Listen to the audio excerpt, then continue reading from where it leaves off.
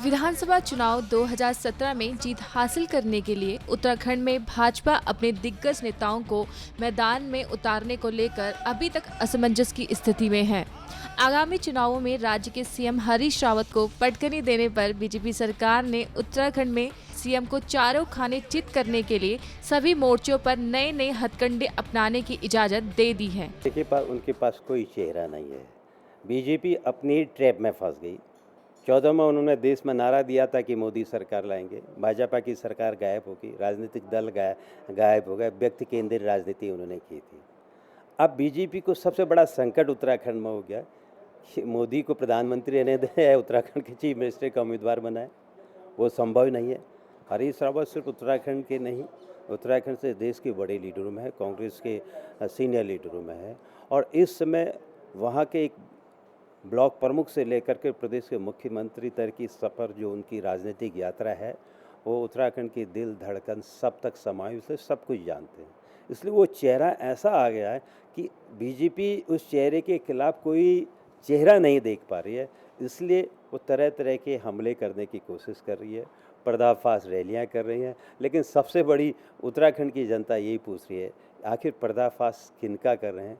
कल तक जिनका आप पर्दाफाश कहते थे, कल तक जिनको आप 2013 की आपदा के सबसे बड़े खलनायक बताते, कल तक जिनको आप कृषि घोटाले का सबसे बड़ा नायक बनाते थे, आज वो बीजेपी के पर्दाफाश रैली के चेहरे बने हुए।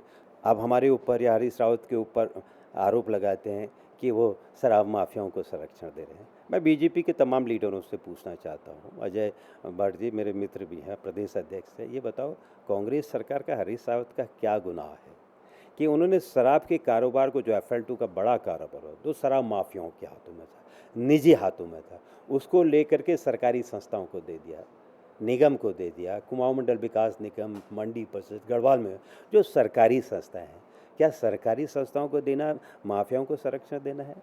क्या ये कांग्रेस ने किसी माफिया को या कांग्रेस ने किसी संगीन आरोपी को, जिस पर हत्या के जैसे, लूटपाट के जैसे जघन्य आरोप हैं, जो आज भी जेलों में बंद है, क्या उनको हमने राज्य मंच के ओहदे से नवाजा था?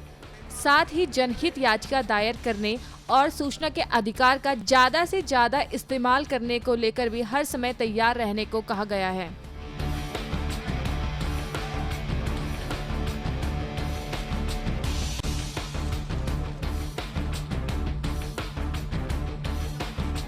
उत्तराखंड चुनावों पर भाजपा सरकार समय समय पर बैठक का आयोजन करती नजर आ रही है। बैठकों में चुनावी योजना को लेकर बातचीत होती रहती है। साथ ही आगामी दिशा तय करने और कार्यकर्ताओं को मोटिवेट करने को लेकर भी चर्चा तेजी से चल रही है। पार्टी ये डिसाइड करेगी, बाद में चुनाव आएंगे तो चेहरा लाना भी है कि नहीं लाना है।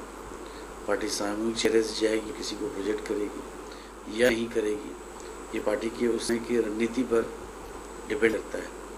पार्टी ने इतिहास में आपने देखा कि दोनों तरह की रणनीति अपनाई है और दोनों तरह की नीति ने ही हमें फायदे दिए हैं।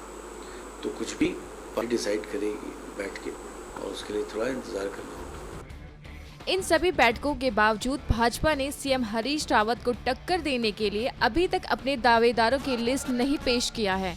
साथ ही इसको लेकर कयास भी यही लगाए जा रहे हैं कि हरीश रावत को टक्कर देने के लिए भाजपा से भगत सिंह कोश्यारी, भुवन चंद खंडूरी, निशंक, सतपाल महाराज और त्रिवेंद्र सिंह रावत में से किसी एक दावेदार को मैदान में उतार सकती है। हाल ही में बीजेपी अध्यक्ष अमित शाह ने उत्तराखंड विधानसभा चुनाव के लिए केंद्रीय मंत्रियों ने JP नड्डा और धर्मेंद्र प्रधान को पार्टी का प्रभारी नियुक्त किया गया है।